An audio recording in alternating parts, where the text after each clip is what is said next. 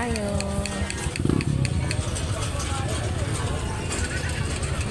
Ang dami kong parinda. Pero po yung ngayon, tamang laki lang siya. Yan ang gusto ng mga nagbibenta sa palengke kasi hindi na siya hiwain maliliit na. Ang retail niya. Yan.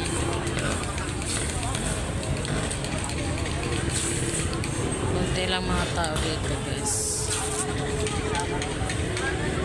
Kunti lang mga namimiling.